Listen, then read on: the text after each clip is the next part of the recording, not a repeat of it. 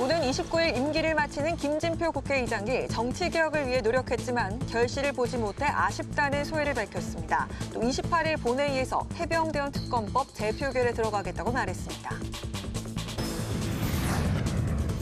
해병대원 특검법 재표결에 대비해 국민의힘이 당내 이탈표 단속에 들어갔습니다. 민주당은 특검을 거부하는 자가 범인이라고 거듭 날을 세우며 여당을 압박했습니다. 군부 독재 맞서기 위해 고 김영삼, 김대중 전 대통령이 추주기 돼 결성된 민주화 추진협의회 창립 40주년 기념 행사에 여야 정치권이 집결했습니다.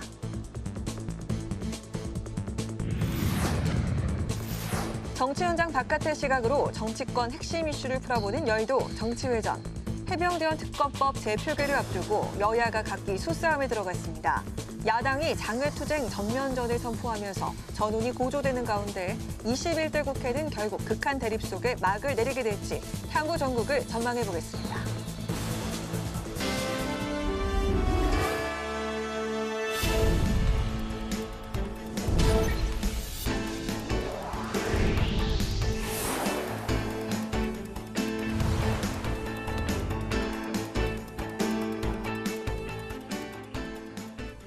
여러분 안녕하십니까? 5월 22일 수요일 국회 라이브 6 시작하겠습니다.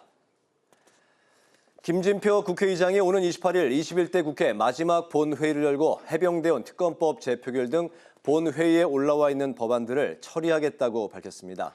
김 의장은 지난 2년간 새로운 희망을 만드는 국회를 만들기 위해 최선을 다했지만 선거개혁 등 개혁과제 결실을 보지 못한 아쉬움이 크다고 말했습니다. 보도에 김동길 기자입니다. 김진표 국회의장이 오늘 퇴임 기자간담회에서 21대 국회 종료 전 오는 28일 국회 본회의를 열겠다고 밝혔습니다. 여야 합의가 안 되더라도 이날 대통령이 거부권을 행사한 해병대원 특검법 재표결을 비롯해 본회의에 올라와 있는 쟁점 법안에 대한 처리를 분명히 한 겁니다. 해상병 특검법이 합의가 되면 그 합의된 안대로, 합의가 안 되면 거부권 재의심이 요청된 그 법안에 대한 표결을 통해서 최종 마무리할 수밖에 없다. 김 의장은 지난 2년 국회의장 재임 기간 동안 역점을 두고 추진한 저출생 문제 공론화와 정부의 동맹 중심의 외교를 보완한 의회 외교를 성과로 평가했습니다. 또 여러 번 중재를 통해 이태원 참사 특별법을 여야 합의로 통과시킨 것도 기억에 남는 사건이라고 말했습니다. 김 의장은 선거제도 개혁에 대한 결실을 맺지 못한 데는 아쉬움을 드러냈습니다. 선거제 개편의 필요성과 그 개편 방향에 대한 공론화, 이것을 만드는 데는 성공했다고 생각합니다만 이 문제에 대해서도 결국 빈손으로 남게 됐다는 점에서 국민 여러분께 송구스럽게 생각을 합니다. 김 의장은 22대 국회를 향해서는 유불리가 아닌 옳고 그름을 따지는 의정 활동을 당부했습니다. 오직 국민의 눈높이에서 상생의 정치, 대화와 타협의 국회, 그래서 진정한 의회주의가 이루어지길 희망합니다. 김 의장은 국민과 국가를 위해 평생을 바쳐 일할 수 있었던 행운아라고 회고하며 국민들께 진심으로 감사하다고 말했습니다. 국회 방송 김동길입니다. 국민의힘은 28일 해병대원 특검법 재표결을 앞두고 당내 이탈표 단속에 총력을 기울이고 있습니다. 또 최근 직구 논란 등 비판을 받은 정책들을 사전에 조율해 부작용을 최소화하기 위한 움직임도 보이고 있는데요. 그동안 비정기적으로 열렸던 정부와 대통령실, 여당은 정책협의회를 정례화하기로 했습니다. 국민의힘 소식 강민지 기자가 전합니다. 국민의힘 지도부가 중진 의원들과 간담회를 갖고 해병대원 특검법 반대를 당론으로 정하기로 했습니다. 민주당이 28일 본회의를 강행한다면 전원이 힘을 모아 특검법 반대 의사를 관철시키겠다고 밝혔습니다. 야권이 전원 찬성할 경우 당에서 17명만 이탈표를 던져도 특검법이 통과되는 만큼 지도부가 내부 결집에 나서는 모습입니다. 58명에 달하는 여당 내 낙선, 불출마 현역 의원 표심이 최대 변수인 가운데 추경호 원내대표는 모든 의원과 개별적으로 접촉하고 있다며 찬성 의사를 공개적으로 밝힌 안철수 의원 등을 상대로도 대화에 나설 예정이라고 밝혔습니다. 국민의힘은 공수처와 경찰의 수사를 먼저 지켜봐야 한다고 거듭 강조하며 대통령의 탄핵을 언급하고 있는 야당을 향해 입법 독재라고 목소리 높이기도 했습니다. 대통령이 헌법상 고유 권한인 제2요구권을 행사했다는 이유만으로 위헌과 대통령에 대한 탄핵을 운운하는 것은 헌법을 부정하고 삼권 분립의 근간을 파괴하는 것입니다. 한편 국민의힘과 정부, 대통령실이 함께하는 당정대 정책협의회가 신설됐습니다. 국정 현안에 대해 논의하는 고위 당정협의회와는 별도로 정책이나 실무 조율에 초점을 맞춘 협의체로서 매주 1회 정례적으로 개최됩니다. 최근 해외 직구정책 번복 사태에서 불거진 당정 간 의견 수렴, 소통 문제 등이 결정적 계기가 된 것으로 보입니다. 오늘 첫 회의를 연 고위 당정 정책협의회에선 윤석열 정부 3년차 주요 정책 방향과 산업 경쟁력 강화 정책 등이 논의된 것으로 알려졌습니다. 추경호 원내대표는 당정 협의를 위한 회의는 여러 형태로 자주 있을 것이라며 이번 주에도 여러 장관이 적극적으로 협의하겠다는 의사를 밝혔다고 말했습니다. 국회 방송 강민지입니다. 더불어민주당이 22대 국회 개원을 앞두고 원내 전략과 국회 입법 과제를 살펴보는 워크숍을 진행했습니다. 이재명 대표는 시간을 아껴 최선을 다해달라고 당부했고 당선인들은 국민을 위해 충직하게 책무를 다하자고 다짐했습니다. 김동희 기자입니다. 22대 국회 개원을 앞두고 1박 2일 일정으로 열린 더불어민주당 워크숍. 화기애애한 분위기 속에서 개혁국회, 행동하는 민주당이란 슬로건과 함께 당선인들이 한자리에 모였습니다. 이재명 대표는 당선인들에게 국민들의 생사와 인생이 달렸다는 생각으로 책임감 있게 책무를 다해달라고 당부했습니다. 당선자 한 분 한 분이 쓰는 1시간의 가치가 5,200만 시간의 가치가 있다. 그런 생각으로 최선을 다해 주시기를 부탁드립니다. 민주당은 오만과 독선의 윤석열 정권과 거부권 정치 시대를 끝내고 실천하는 개혁국회를 만들자며 결의를 다졌습니다. 민주당은 개혁 법안과 민생 법안 처리에 속도를 내겠다며 윤 대통령의 해병대원 특검 거부를 강력 규탄했습니다. 특히 특검을 거부하는 자가 범인이라고 날을 세우며 총력전을 예고했습니다. 특검을 왜 거부하나? 죄를 지었으니까 거부하는 것이다라고 말했던 대통령. 범인이 누구인지 더욱 명백해졌다. 더불어민주당은 특검법이 관철될 때까지 국민과 함께 끝까지 싸울 것임을 선언한다. 비공개 일정에선 22대 국회 운영 전략과 상임위별 현안을 놓고 발표와 토론을 이어갔습니다. 22대 국회 최우선 입법과제론 민생 회복과 국정기조 전환, 기본사회 관련 57개 법안을 꼽았는데 민생회복지원금 지급과 노란봉투법 등이 포함됐습니다. 또 국회 운영위원회와 법제사법위원회 확보가 필수라며 여당의 본회의 거부 등 원구성 지연 전략에 응하지 않겠다는 입장이 나온 걸로 알려졌습니다. 민주당에선 국회의장 선거 후 불거진 당원 반발 수습책으로 당원권 강화 방안이 화두로 떠오른 상황. 당원 500만 시대에 맞춰 당원 민주주의 패러다임 전환이 필요하다는 의견도 나온 걸로 전해졌습니다. 민주당은 내일 22대 당선인 결의문을 채택한 뒤 경남 봉하마을로 향해 고 노무현 대통령 서거 15주기 추도식에 참석할 예정입니다. 국회 방송 김동희입니다. 고 김영삼, 김대중 전 대통령이 신군부 독재에 저항하기 위해 결성했던 민주화 추진협의회가 40주년을 맞았습니다. 정치 원로와 여야 지도부 등이 결집해서 두 전직 대통령의 민주화 정신을 이어가겠다고 한 목소리를 냈습니다. 김희연 기자의 보도입니다. 국회의원회관에서 열린 민주화 추진협의회 40주년 기념식에 정치권 인사들이 집결했습니다. 우원식 22대 국회 전반기 국회의장 후보를 비롯해 추경호 국민의힘 원내대표와 허은하 개혁신당 대표, 황운하 조국혁신당 원내대표 등 여야 지도부가 참석했고 이재호 민주화운동 기념사업회 이사장 등 정치 원로도 참석했습니다. 민추협은 군부 독재에 맞서기 위해 김영삼, 김대중 전 대통령을 주축으로 한 정치 결사체로 직선제 개헌을 이끈 6월 항쟁의 시발점이라는 평가를 받습니다. 김덕용 민추협 이사장은 김영삼, 김대중 전 대통령이 함께 손을 잡고 민주화 투쟁이라는 장엄한 역사를 이뤄냈다며 민주화 정신을 계승 발전시켜 나가야 한다고 강조했습니다. 그러면서 최근 정치권에서 대화와 타협보다 이념 대결과 갈등이 커지고 있다고 지적했습니다.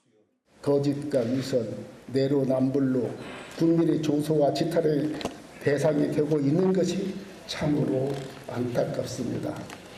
오늘 민주협 40주년을 맞아 새삼 민주협 그 시절의 초심이 그립습니다.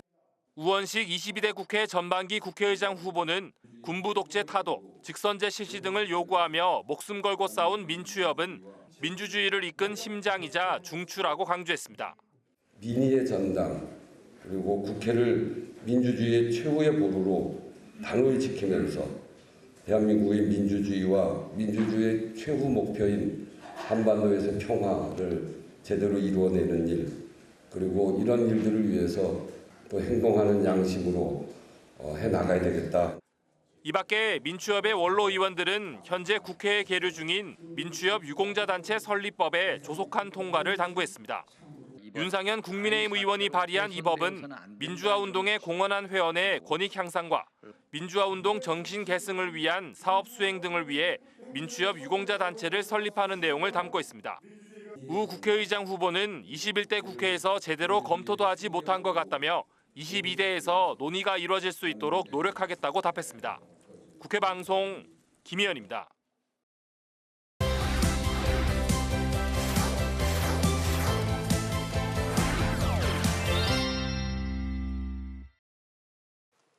네, 오늘 이슈픽 서한한 개건 기자와 함께 22대 국회 출범을 앞두고 전열 정비에 나선 여야 흐름부터 살펴보도록 하겠습니다. 서한한 기자 안녕하세요. 네, 안녕하십니까? 네, 오늘부터 1박 2일로 민주당이 22대 국회 당선인이 모두 참석을 하는 워크숍을 떠났습니다. 22대 국회를 앞두고 민주당이 전열 정비를 하는 것 같습니다. 네, 그렇습니다. 오늘부터 이 22대 국회 당선인 171명이 네. 모두가 참석한 가운데 이 충남 예산에서 워크숍이 1박 2일 일정으로 이렇게 진행이 됩니다. 이 충남 예산인 이유가 있습니까? 거기 아무래도 리조트가 아무래도 공간이 넉넉하고 해서 확보가 네. 된 것 같은데 앞선 리포트에서도 보셨겠지만 네. 내일은 이제 경남 봉화로 이동을 하거든요. 네, 뭐 그래서 큰 의미는 없는 걸로. 네, 보여요. 제가 지역지도 찾아봤는데 그런 네. 부분에 대해서 딱히 이 충남 예산이라는 거에 의미를 부여하는 그런 민주당의 설명은 따로 없었긴 했습니다. 네, 제 생각에는 그 박찬대 원내대표가 추경호 원내대표 만났을 때 추경호 해달라 했으니까 좀 뭐 예산을 늘려달라 이런 시그널이 아닐까 했는데 그런 의미는 뭐 아닌 네, 걸로. 공식적으로 뭐 나온 설명이나 그런 건 없었습니다. 네. 이 워크숍 사실 22대 개원을 앞두고 있기 때문에 이뤄지는 것도 맞지만 이 지금 굵직한 현안들을 이 단일 대우로 강하게 밀어붙이겠다는 게 이 민주당의 계획이기 때문에 더욱 의미가 있는 그런 자리인 것 같습니다. 네. 일단 슬로건부터 강력합니다. 개혁국회, 행동하는 민주당을 내걸고 있습니다. 22대 국회 운영 이 방안과 총선 평가 또 당 전략의 방향, 그리고 22대 국회가 개원을 하게 되면 입법 과제와 이 상임위별로 주요 현안들을 공유하고 의견을 듣는 그런 자리로 구성이 됐습니다. 또 내일은 당선인 모두가 이름을 올린 가운데 이 윤석열 대통령의 거부권 행사에 대한 규탄 성명도 채택한다는 계획입니다. 그리고 25일부터는 이 서울 도심에서 범야권과 시민단체들이 공조를 해서 이 범국민대회를 개최하는데요. 이 해병대 특검법에 대한 거부권을 행사한 윤석열 대통령과 여당에 대해서 이 공세를 펼친다는 그런 계획입니다. 네, 정말 하나로 뭉친다. 이 워크숍을 통해서 정말 단일 대우를 만들어가려 하는 그런 모양새를 보이고 있는데 국민의힘에선 28일 거부권 재표결을 앞두고 표단속에 여념이 없는 그런 모양새입니다. 4명이 특검 찬성을 공개적으로 밝힌 상황이죠. 이거 어떻게 좀 예상을 하실까요? 네, 원래 4명이었는데 이 조금 전에 이상민 의원이 지금 민주당의 독소 조항 때문에 지금이라면 반대하겠다고 해서 일단 공개적으로 찬성을 한 사람은 3명인 그런 상황입니다. 이 먼저 오늘 이 김진표 국회의장의 퇴임 기자간담회에서 나온 워딩부터 좀 보겠습니다. 이 합의가 안 되더라도 28일에는 본회의를 열겠다고 오늘 못을 박았습니다. 때문에 이 해병대원 특검법에 대한 재표결 28일 이뤄질 가능성이 그 어느 때보다 높습니다. 민주당은 이 모두 17표의 여당 내에 이탈표가 필요한 그런 상황입니다. 과반 이상 출석, 또 출석 의원 중에 3분의 2 이상이 동의를 해야 되거든요. 근데 현재 296명 중에 구속 수감된 윤관석 무소속 의원을 제외하면 295명이니까 적어도 이 197석 이상의 찬성이 필요합니다. 네. 그래야만 특검법이 통과가 될 수 있습니다. 물론 출석 인원이 더 적어주면 그만큼 필요한 찬성표도 줄어들게 됩니다. 이 당장 여당 내에서는 이 앞서서 찬성표를 던졌던 김웅 의원과 안철수 의원, 또 최근에 이를 밝힌 유이동 의원까지 이 3명이 찬성 의원을 낸 그런 상황입니다. 근데 오늘 이 CBS 라디오에 출연한 윤건영 민주당 의원은 더 이탈표가 있을 것 같다라고 전망을 했고, 이 김용태 국민의힘 당선인 역시 이 더 이탈표가 있을 수 있다고 보지만 결과적으로 통과되기는 어려울 것 같다라면서 같지만 또 다른 예상을 했습니다. 근데 이번 재표결이 중요한 이유는요, 사실 22대 국회 출범물을 가늠할 수 있기 때문일 겁니다. 22대 국회 때는 국민의힘의 좌석이 108의석입니다. 네. 이럴 경우에 108석 이상만 이탈을 하게 되면 이 특검법 등이 통과가 될 수 있게 되고요. 8석 이상만 이탈하면. 네. 네. 대통령의 거부권이 이 여당에 의해서 무력하게 되게 되면 이 본격적인 레임덕의 시작은 물론이고요. 여권이 내부에서 스스로 흔들리는 그런 흐름이 펼쳐지게 됩니다. 그런 의미에서 이 김종인 전 개혁신당 고문의 이 최근에 중앙일보 언론 인터뷰 중에 한 답변이 되게 와닿아서 좀 말씀드리고 싶었는데요. 네. 이 김종인 고문 뭐라고 말했냐면 여당이 잘못하면 공짜로 먹고 사는 게 야당이다. 라고 이야기를 했거든요. 이 국민들 여론조사에서도 찬성 비율이 높은 이 해병대원 특검법은 그런 의미에서 민주당에게 잃을 것이 없는 전략적인 카드라는 생각이 드는 순간입니다. 네, 자 그런 가운데 민주당은 또 내부적으로 좀 이견들이 나오는 게 있습니다. 바로 당원권 확대 여부인데 정말 그만큼 강성 팬덤의 목소리 그리고 그 역할이 정말 더 커지고 있는 것 같습니다. 좀 우려가 많이 나오고 있는 상황인데 김진표 국회의장은 어제 이어서 오늘도 민주주의의 위기다 이렇게 우려를 표했습니다. 네, 김진표 국회의장이 오늘 이 퇴임 기자간담회에서 많은 시간을 할애한 부분이기도 합니다. 극단적인 팬덤이 수단과 방법을 가리지 않고 경쟁의 장에서 이 상대방을 배제하는 방법으로 이 대화와 타협의 정치라는 본령을 훼손하는 것을 목표로 작동하고 있다라고 이 작금의 우려감을 드러냈습니다. 어제도 이 초선 의원들과의 간담회에서 민주주의의 위기다라고 이렇게 진단을 했었거든요. 이런 부분에 대해서 우려감을 낸 것인데 네. 이는 이 우현식 의원이 추미애 당선인을 누르고 22대 이 국회 전반기 국회의장 최종 후보로 선출된 이후 10,000명이 넘는 당원들이 이 줄 탈당을 신청하는 등의 후폭풍을 맞고 있는 이 친정인 민주당을 향한 우려다 이런 분석이 나옵니다. 다시 수박을 색출하겠다 뭐 이런 얘기가 나오고 네, 어제 사실 김진표 의장이 이 수박 관련된 발언을 직접적으로 하기도 했었는데요. 하지만 이재명 대표는 거꾸로 이 당원 권한 강화를 약속하면서 당심 달래기에 이 한창인 그런 모습입니다. 이 탈당 신청이 잇따르자 친명계 의원들을 중심으로 권리당원의 뜻을 10%, 많으면 20%까지 반영해야 된다는 얘기도 나오고 있습니다. 오늘 이 워크숍에서도 이 분임 토의 과정에서 당 체제 정비 차원에서 권리당원의 권한을 어떻게 확대할 것인지에 대한 얘기가 많이 오고 갔다고 합니다.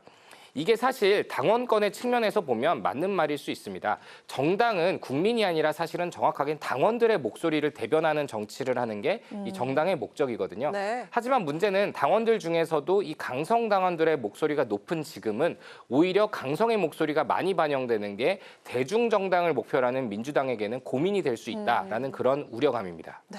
국민의힘 상황은 또 거꾸로 되어 있습니다. 전당대회를 앞두고 당원 외의 목소리도 반영을 해야 한다. 이런 얘기가 나오고 있는데 하지만 여전히 별다른 진전은 없는 상황입니다. 민주당과는 다르게 당원의 권한을 줄이는 그런 방향으로 과연 갈 수 있을까요? 먼저 이 키를 잡고 있는 황우엽 비대위원장, 최근에 관리형이라는 이름이 무색하게 광폭 행보를 하고 있습니다. 문재인 전 대통령과 이명박, 박근혜 전 대통령을 예방하는 일정을 잡고 이 진보와 보수를 가리지 않는 만남을 가진다는 계획을 갖고 있습니다. 이 조은희 비서실장의 말처럼 이 보수는 연결인데 그런 복원을 위한 연결을 하고 있다. 이런 시도를 하고 있는데 그럼에도 이 관리형의 황우엽 위원장이 손을 못 대고 있는 이슈가 바로 이 당원 투표 비율입니다. 국민의힘 상임고문단에서도 황 비대위원장에게 이 전당대회 룰 개정과 관련해서 민심 반영 비율을 늘리는 것이 맞다라는 의견을 모아서 전달을 했지만 이 당원 비율을 50%로 할지 아니면 70%로 할지 아니면 100% 당원 비율로 갈지는 아직 테이블 위에 제대로 올리지도 못한 그런 상황입니다. 이 현행 전대 룰인 100% 당원 투표를 적용할 경우에는 이 한동훈 전 비대위원장이 다른 주자들을 여유 있게 앞선다는 여론조사 결과가 나온 바도 있고요. 네. 또 한동훈 전 위원장이 모습을 드러내면서 몸을 풀고 있다는 평가도 나오고 있습니다. 원래 이 국민들의 뜻을 반영하겠다는 국민 여론조사 반영 혹은 국민 참여 경선은 이 과거에 노무현 전 대통령이나 이명박 전 대통령 때가 이 당내 경선을 겪을 때처럼 기존의 당내 지지도가 약한 이들에게는 기회가 될 수 있습니다. 반면 거꾸로 이 당내 기득권이 있는 정치인에게는 위기가 될 수 있는 그런 선택이거든요. 그렇기 때문에 보통 선거나 지지율이 낮아서 위기를 겪고 있는 당은 당원권을 제한하고 국민의 목소리를 많이 반영하고 기세가 좋은 쪽은 오히려 당원권을 확대해서 당원권 중심으로 가는 게 보통의 정치의 흐름인데 그렇죠. 이 최근에 민주당과 국민의힘에서 당원권이라는 하나의 이슈를 놓고 서로 다른 모습을 보여주는 건 이 같은 서로 다른 분위기를 보여주는 게 아닌가 그런 생각이 듭니다. 네, 자, 오늘 말씀은 여기까지 들어보도록 하겠습니다. 이슈픽 서한한 기자와 함께했습니다. 고맙습니다.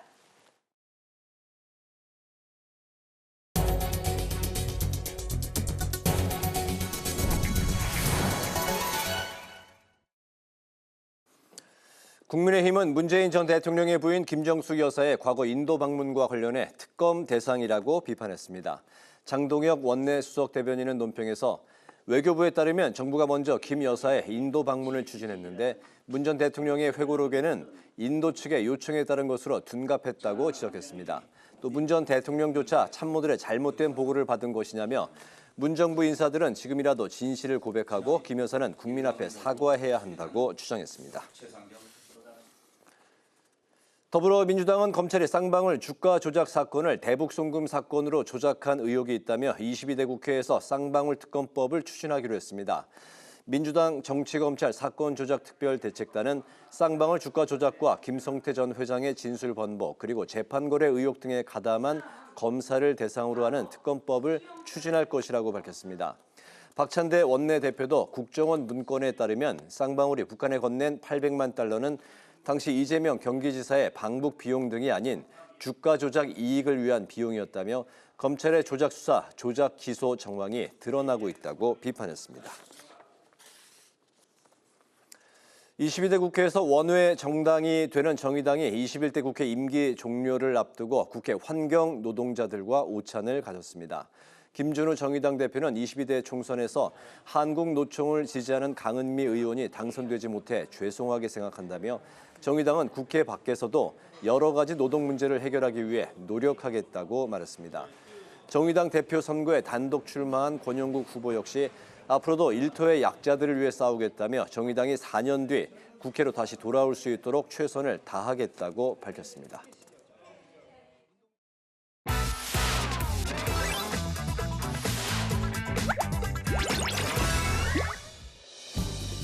(5월 22일) 강아랑이 전해주는 정치권의 뜨거운 말말말 강아랑의 정치랑입니다.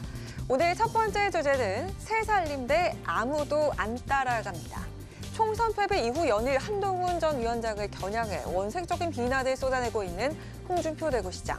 이번엔 애 앞에서 굽실거리는 이 당은 가망이 없다며 새살림 차리는 게 그나마 희망이다 이렇게 글을 올렸습니다. 새살림이라는 표현으로 탈당을 시사하면서 한동훈 전 비대위원장과 각을 세운 겁니다. 이런 홍준표 시장을 향해서 당 내에선 비판의 목소리가 이어졌습니다. 대통령 의중을 읽고 무슨 내변인 역할을 하는 것인지는 모르겠지만 어쨌든 본인 편대로 표현만 가지고 해석을 하자면은 한동훈 위원장이 당대표 되는 게 싫다는 거 아닙니까? 계속 후배한테 고춧가루나 뿌리는 거는 그 대통령 후보까지 지낸 원로라면 원로라고 할 수 있는 분인데 굉장히 좀 졸렬하고 한동훈 당대표가 되면 나는 탈당하겠다라는 식의 얘기인 것처럼 이것도 또 다른 어떻게 보면 협박처럼 들려서 상당히 좀 마음이 얹지 않고. 조혜진 의원은 홍준표 시장을 향해 한동훈 전 위원장을 비판하는 건 원로로서 졸렬하다며 한 전 위원장이 당대표가 되는 게 싫으면 전당대회에 나와 경쟁해야 한다고 일갈했습니다. 또 김종혁 국민의힘 조직부총장도 홍 시장의 발언은 협박처럼 들린다며 비판했습니다. 또 친윤계에서도 거리두기에 나선 모습입니다. 박수영 의원은 SNS를 통해서 홍준표 시장을 향해서 당을 더 빨리 나가셔도 좋다면서 아무도 안 따라 나갈 것이다 이렇게 말했고요. 이철규 의원도 당에 분란이 오는 발언은 줄여주셨으면 좋겠다는 바람을 내비쳤습니다. 홍 시장을 향해서 비판의 목소리와 자제해달라 메시지가 나오는 배경을 두고 정치권에선 이런 해석이 나오고 있습니다. 홍 시장 발언으로 한 전 위원장의 존재감이 커지고 또 당내 분란이 격화하는 것처럼 비춰질 수 있다는 우려 때문입니다. 최근 한 전 위원장이 당대표가 되면 친윤계 의원들이 탈당할 수도 있다는 설이 나오기도 했죠. 친윤계에선 가당치도 않는 이야기라면서 선을 그었습니다. 왜 특정인이 당원들이 뽑아놓은 당대표가 나온다고 대통령이 탈당을 해야 됩니까? 그러니까. 당의 중심이 누군데요? 저는 가당치도 않은 이야기. 가당치도 않다. 그 발언을 인해서 당의 입장에 의견이 분란이 오고 그런 것 말씀들은 이제 조금 줄여주셨으면 좋겠다라는. 한동훈 대표 탄생을 꺼리고 있다. 그 부분은 좀 오버하는 것 같고요. 탈당 얘기는 오버 같고 나와야 된다, 나오지 말아야 된다 이런 식의 논의를 해본 적은 없습니다. 총선 참패로 잔행을 이어가고 있는 한동훈 전 위원장. 하지만 한 전 위원장의 거취를 둘러싼 당내 이견은 계속되고 있습니다. 한 전 위원장의 전당대회 출마 여부에 정치권 이목이 쏠리고 있습니다. 자, 이어서 두 번째 주제, 김경수 등판 설왕설래입니다. 지난해 8월 영국 유학을 위해 출국한 김경수 전 경남지사가 고 노무현 전 대통령 추도식에 참석하기 위해서 일시 귀국했습니다. 이를 두고 정치권에선 여러 말들이 나오고 있습니다.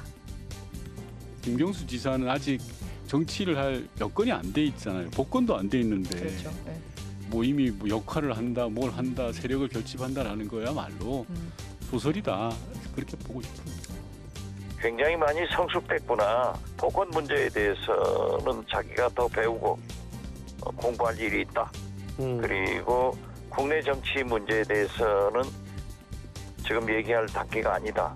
윤석열 대통령께서 복권을 해주면 좋겠다 하는 저 개인적 바람을. 일시 귀국한 김 전 지사는 오늘 문재인 전 대통령을 예방하고 출국 전까지 이광재 전 국회 사무총장을 비롯한 친노, 친문 인사들을 만날 것으로 예상되고 있습니다. 또 국내 정치에 대해서 조심스러운 입장을 보이며 현실 정치에 선을 긋는 모습이었습니다. 정치권에선 김 전 지사의 향후 역할에 대한 기대감을 품는 분위기입니다. 현재 야권에선 친노, 친문계 인사 가운데 유력한 차기 당대표나 대권 주자가 없다 보니 이재명 단독 체제를 견제할 수 있는 인물이 김경수 전 지사란 분석이 나오고 있습니다. 때문에 김 전 지사 역할론이 거론되고 있습니다. 민주당 친명계에서도 김 전 지사를 의식하는 듯한 발언이 나왔는데요. 우리나라 한국 정치에서 누가 만들어준다고 만들어지는 겁니까? 자기 스스로 피와 땀과 눈물을 만들어서 국민들에게 호소하고 국민들에게 손을 잡고 국민들에 다가가는 정치를 했을 그렇죠. 때 국민들의 선택을 받는 것이지. 드루킹 댓글 조작 사건으로 형을 확정받고 특별 사면받은 김경수 전 지사. 현실 정치에서의 역할을 갖기 위해선 복권이 우선돼야 한다는 지적입니다. 김 전 지사가 복권을 통해 비명계를 아우르는 구심점이 될 수 있을지 정치권에 관심이 쏠리고 있습니다. 지금까지 강하랑의 정치랑이었습니다.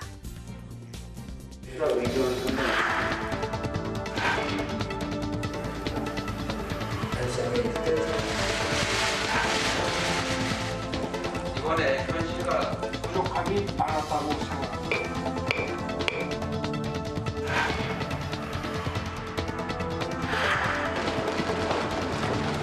기술 동맹으로 확대되어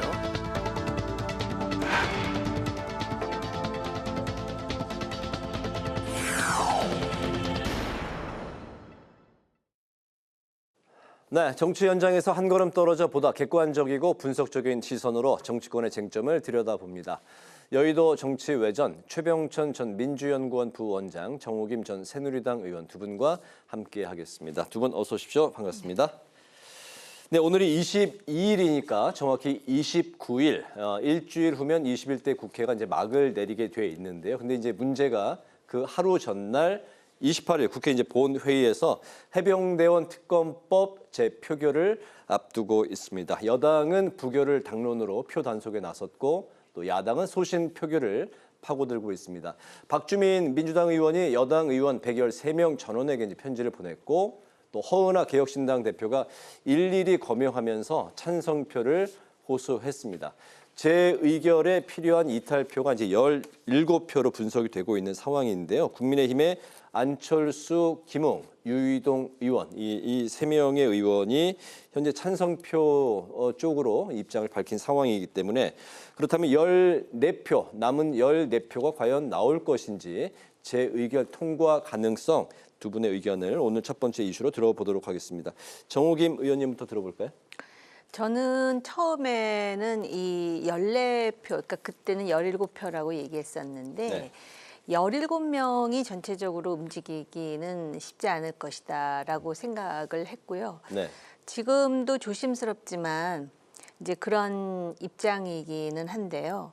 그런데 일단 이제 3명은 찬성표를 하기로 하지 않았습니까? 네. 그럼 14명이 남는데 일단 그 비밀 투표라고 하는 거에다가 지금 그 최상병 특검과 관련해 가지고 생각이 둘로 나뉘는 것 같아요. 그러니까 이것을 무조건 부결시키는 것은 마치도 그러면은 부결시키는 쪽에서 뭔가 최상병 특검과 관련해서 문제가 있기 때문에 은폐하려고 하는 거야라는 불필요한 오해를 받는 부분이 있다라는 거하고 또 한 측면에서는 오히려 그 문제와 관련해 가지고 당시에 그 수사단에 수사권이 있는 것도 아니고 그렇기 때문에 이것을 초기에 지금 터는 것이 나중에 22대 국회로 넘어가서 이 문제를 해소하려고 시도하는 것보다 훨씬 나을 수 있다라는 생각을 합니다. 왜냐하면 대통령 임기가 3년 남았잖아요.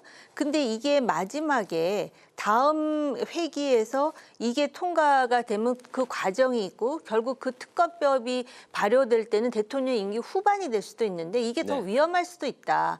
그런데다가 지금 상황으로 볼 때 무슨 물증이 나온 것도 아니고 그러니까는 오히려 지금 털고 가는 게 낫다라는 이중적인 생각을 하거든요. 네. 그렇기 때문에 그 14명에 대해서 아무리 그 개별적으로 뭐 설득을 하고 한다 그래서 이 사람들이 마치도 한 몸체처럼 움직일 거라고 생각하는 거는 조금 그 지나치다라고 생각이 들고요. 오히려 지금 그 민주당의 박주민 의원이 무슨 뭐 국민의힘의 13명의 국회의원에게 편지 썼다는데 민주당이 그렇게 하는 게 국민의힘 의원들을 자극해서 오히려 부결될 가능성이 있죠. 네. 그러니까 본인 소신대로 하는데 나름대로 이 14명이 어떤 사람이 될진 모르지만은 지금 상당히 나름대로 고민을 하고 있을 것이다. 특히 낙선된 사람을 중심으로. 네. 그렇기 때문에 이것을 단정해서 부결된다, 가결된다 하는 것도 입법기관인 그들에 대해서 우리가 할 수 있는 얘기는 아니라고 생각합니다. 네, 정확히 이제 일주일 후에 이제 결과가 나올 것이고 이 코너에서 이제 그 결과를 갖고 이야기를 나누게 될 텐데요.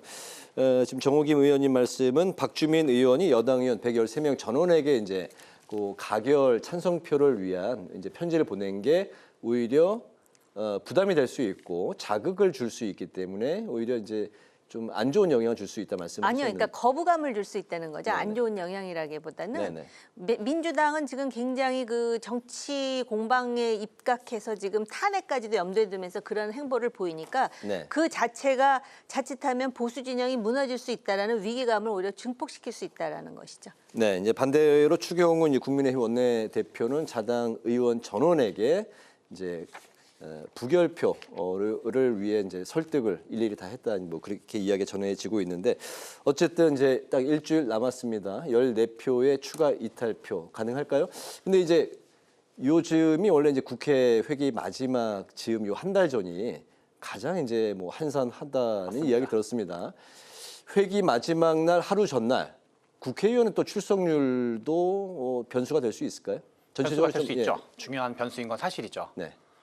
5월 28일 날 이제 본회의를 하겠다는 건데 방금 말씀하신 것처럼 5월 29일 날이 21대 국회 마지막 날이거든요. 네. 5월 30일부터가 이제 22대 국회 회의가 시작되는데 그런데 이제 워낙 사안이 중요하니까 양당에서 이제 다 총동원령을 내릴 가능성이 매우 높다고 봐야 되고 낙선하신 분이든 뭐 당선되신 분과 무관하게 저는 이제 물론 이제 우리 이런 무기명 투표는 까봐야 하지 않은 측면이 있기 때문에 이제 예단하기는 어렵지만 그러나 이제 굳이 뭐 전망을 한다 그러면 저는 이제 부결 가능성이 좀 더 높다고 보고 있어요. 네. 왜 그러냐면 국민의힘 입장에서 일단 숫자가 113명이라는 숫자가 적은 숫자는 아니고 14표가 이탈을 해야 되는 건데 그런데 국민의힘 입장에서 만약에 가결될 경우는 윤석열 대통령이 지금 안 그래도 지지율이 낮은 판국에 약간 뭐랄까 조기 레임덕이라 그럴까요? 실제로 휘청휘청거릴 가능성이 매우 높거든요.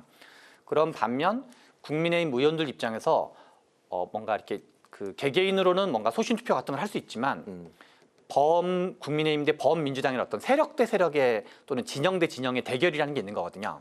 그랬을 때 이제 국민의힘 진영이 타격이 매우 크다.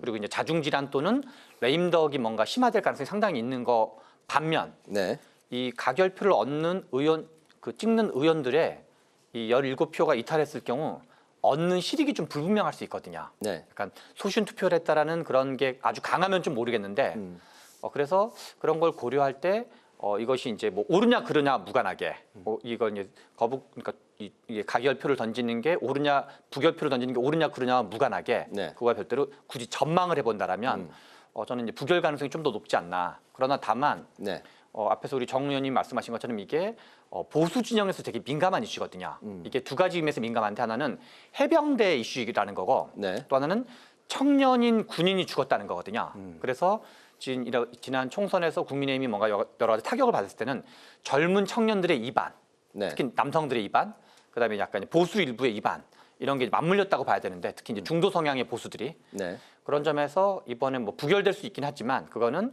이렇게 국회 선진화법이 가동되면 11개월 민주당이 재발의할 건 명백하기 때문에 11개월 이후에 다시 한번 이 전투가 벌어질 거다. 그래서 약간 시간 끌기 차원 정도로 봐야 된다 이렇게 보여집니다. 알겠습니다. 이제 부결 가능성을 조금 더 높게 이제 점치셨는데 민주당이 이번 주말 장외 투쟁을 이제 선포한 상황이고 그리고 조국혁신당 그리고 민주당에서 최근에 탄핵 관련 연계해서 대통령의 탄핵 관련 발언들이 연이어서 나오고 있습니다. 거부권을 만약에 대통령이 행사하게 된다면 6번째 그리고 이제 법안으로는 10번째 거부권 행사가 될 텐데요. 이번에 그 해병대원 특검법 거부권 행사가 이루어진다면 바로 이게 탄핵의 사유가 된다고 보시는지 좀 어떻게 보세요?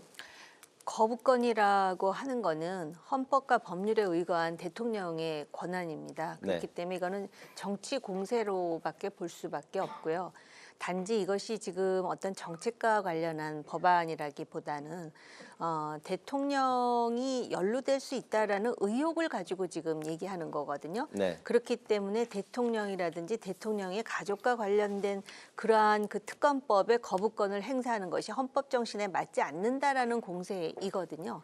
그렇다 하더라도 사실 우리가 지난 그 탄핵의 결과로 어떤 국가의 정치가 상당 부분 그 상처를 받은 경험이 있는데 이 문제를 가지고 그러니까 거부권을 행사한 것에 대해서 비판하는 것은 나름대로 논리적으로 일리가 있을 거라고 생각하는 사람들이 많을 수 있지만 이런 문제가 나올 때마다 탄핵을 언급하는 이 민주당의 태도는 상당히 부적절하다라고 생각을 합니다. 대의 민주주의 하에서 물론 탄핵이라는 것도 대한민국 법 규정에 있는 것이고 법 절차대로 뭐 한다라고는 하지만 이게 탄핵이 아닌 다른 어떤 뭐라 그럴까요? 좀 더 합리적이고 좀 더 상식적이고 좀 더 국민 다수가 납득할 수 있는 그런 법 절차를 제시하는 것이 아니라 문제만 생기면은 탄핵 또 어떤 문제만 있으면은 특검 이 특검도 왜 적실성을 잃어가느냐면은 최상병과 관련해서는 국민의 다수가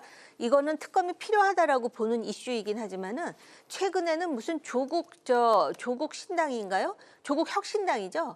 조국 혁신당 대표의 최근에 어떤 학사 비리와 관련한 재판에 대해서도 뭐 특검을 실시한다. 심지어는 뭐 이화영 전 경기도 부지사와 관련한 문제에 대해서도 무슨 뭐 문제가 있으니 특검을 한다.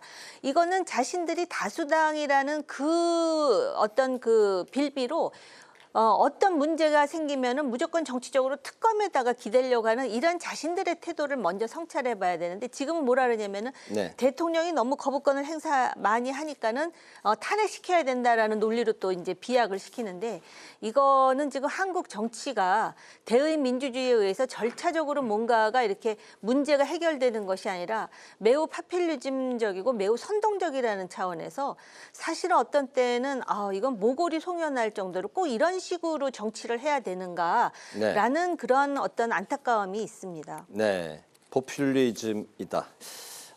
예전에 그 노무현 전 대통령 이제 탄핵 역풍이 이제 있었는데 한 20년 전이죠. 그리고 이제 박근혜 전 대통령이 이제 탄핵이 된 사례가 있었고, 어쨌든 대통령의 탄핵이라는 거는 굉장히 조심스럽고 위험할 수 있는 것인데, 그 민주당까지 최근에 탄핵 열차에 시동을 걸었다, 뭐 이런 이제 표현까지 나오고 있네요. 그러니까 지금 말씀하신 것처럼 한국 정치사에서 대통령 탄핵이 2번 있었던 거거든요. 네. 하나는 노무현 대통령 탄핵을 한 번 했다가 그걸 추진했던 이제 한나라당 당시 이제 지금 국민의힘 전신인 분들이죠.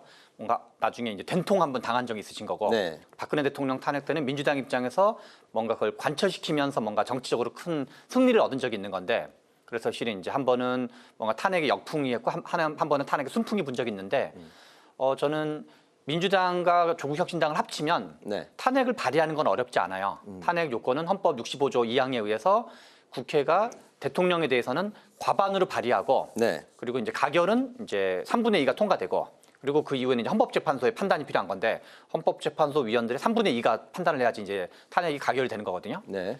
그런데 저는 민주당이 그러면 이번에 그 최혜병 건이 부결되었다고 가정할 경우, 그러면 과연 민주당이 탄핵안을 발의할 거냐가 기준인 거죠. 네. 저는 발의하지 않을 거로 생각해요.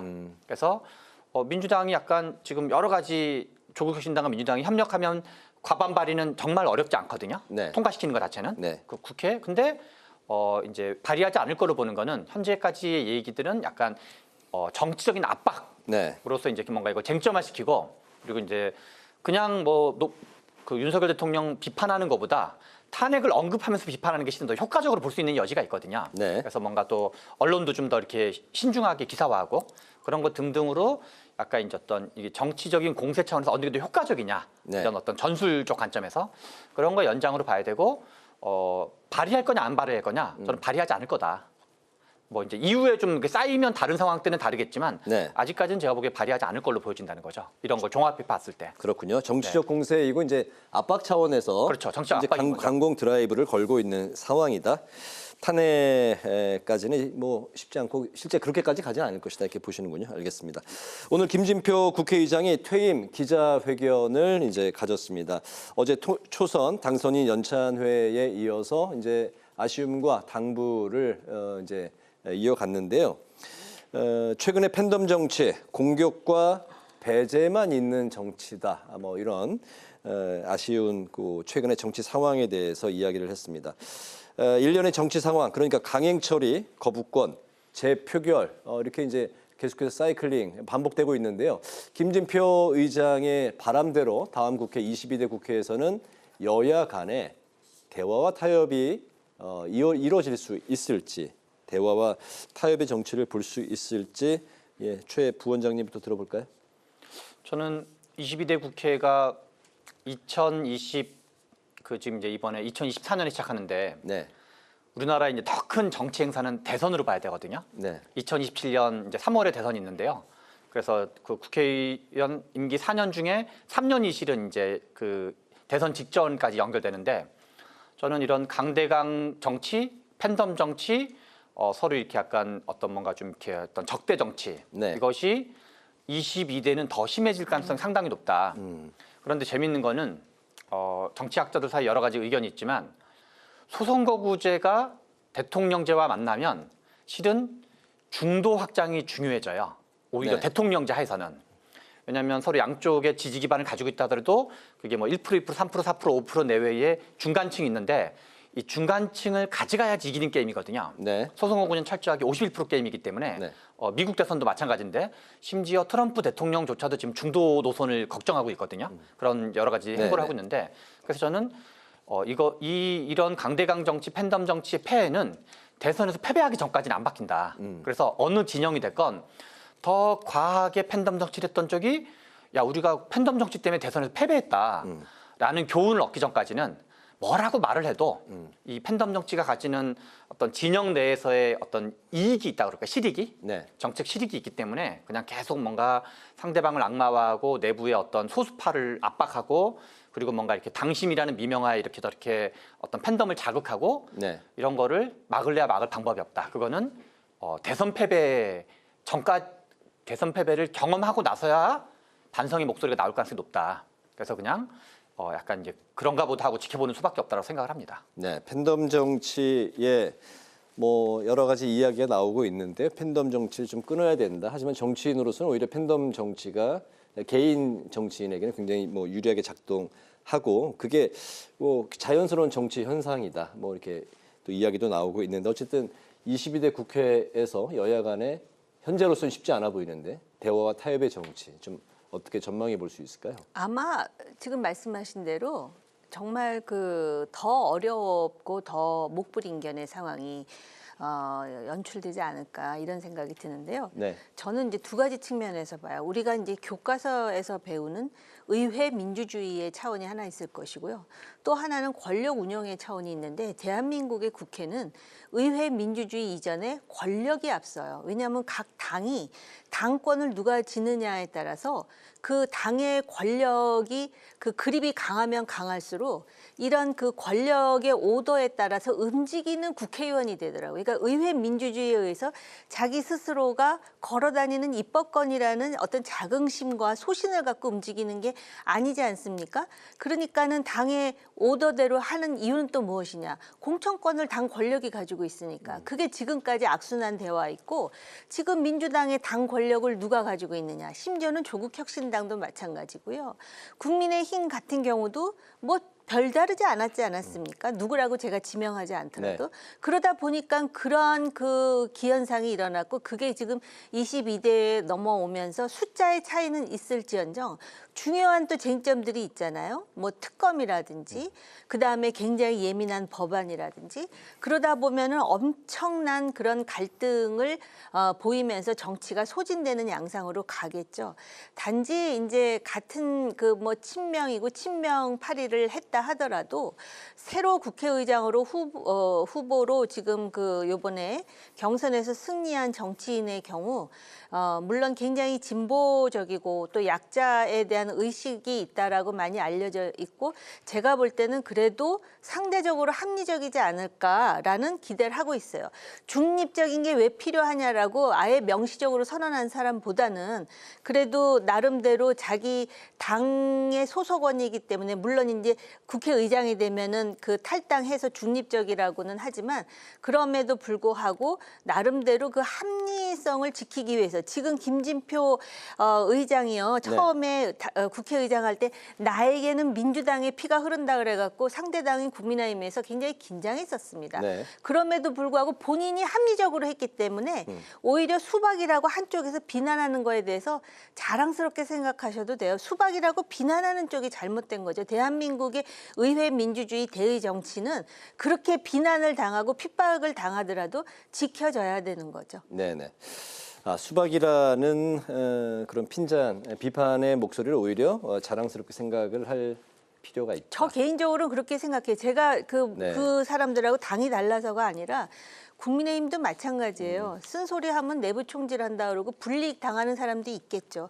그러나 자기가 자기 소신을 지키는 사람에 대해서 인정하는 날이 언젠가 지금은 아닌데요. 언젠가는 오지 않을까요?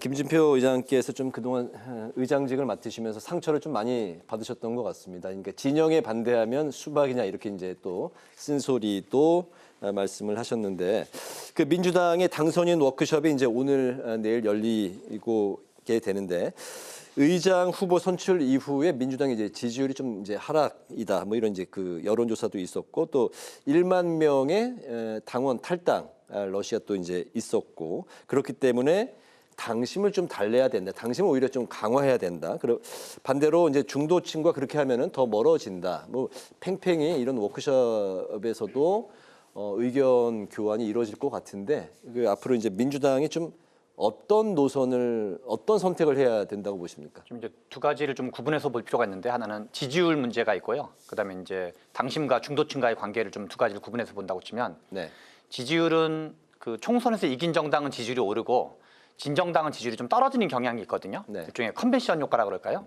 그래서 실은 최근에 민주당이 총선에서 이겼었기 때문에 또 지금 지지율이 떨어지는 것이 단지 이제 국회의장을 둘러싼 선거 때문인지는 좀 어떤 예단하는 것일 수 있다. 이런 생각이 하나가 되어 있고 그리고 실은 정치 또는 선거, 어차피 이제 우리가 선거라는 게 되게 중요한 절차이기 때문에 이 뭔가 그 진영의 핵심 지지층, 진보 같은 경우는 이제 일종의 민주당의 핵심 지지층, 보수는 이제 국민의힘 핵심 지지층이 있는데 핵심 지지층이 이탈하지 않는 범위 내에서 중도에 가까운 사람의 표를 받아서 실은 51%를 만들어야 이기는 게임이거든요. 네. 선거는 철저하게. 그래서 선거는 51% 게임이라고 우리가 좀 인정할 필요가 있는데 그런 점에서 봤을 땐 둘 다 중요하다고 볼 수 있어요. 원칙적으로.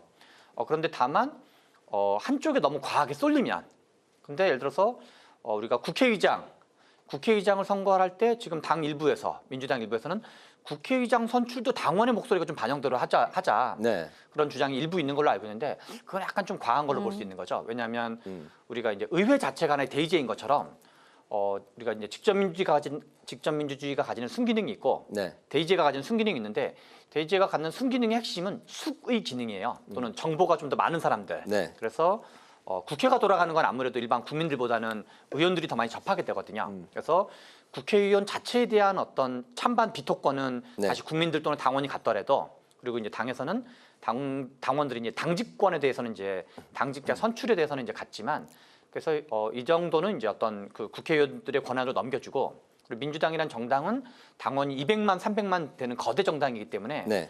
뭔가 정치적으로 논란이 될 만한 당내 어떤 이벤트가 있으면 이렇게 그거에 대해서 반대 의견을 가진 서운한 당원들이 있기 마련으로 봐야 돼요. 그래서 그게 뭐 1000명이 됐건 10,000명이 됐건 앞으로도 탈당할 일이 벌어질 텐데 네. 그때마다 이렇게 갔다가 저렇게 갔다 할 수는 없거든요. 네. 그래서 뭔가 이제 좀 서운해하는 당원들을 달래는 건 필요하겠지만 뭔가 이제 어떤 그 기본적인 대의제 민주주의로서 지켜야 될 선은 좀 지키는 게 필요하지 않나 이런 생각이 듭니다. 네, 당원들을 달래고 중도층을 이제 안는 네. 그런 노선을 걷는 게 좋을 것이다 이렇게 이제 뭐 권고를 하신 것 같습니다. 네. 저는 민주당에 대해서 궁금한 게요.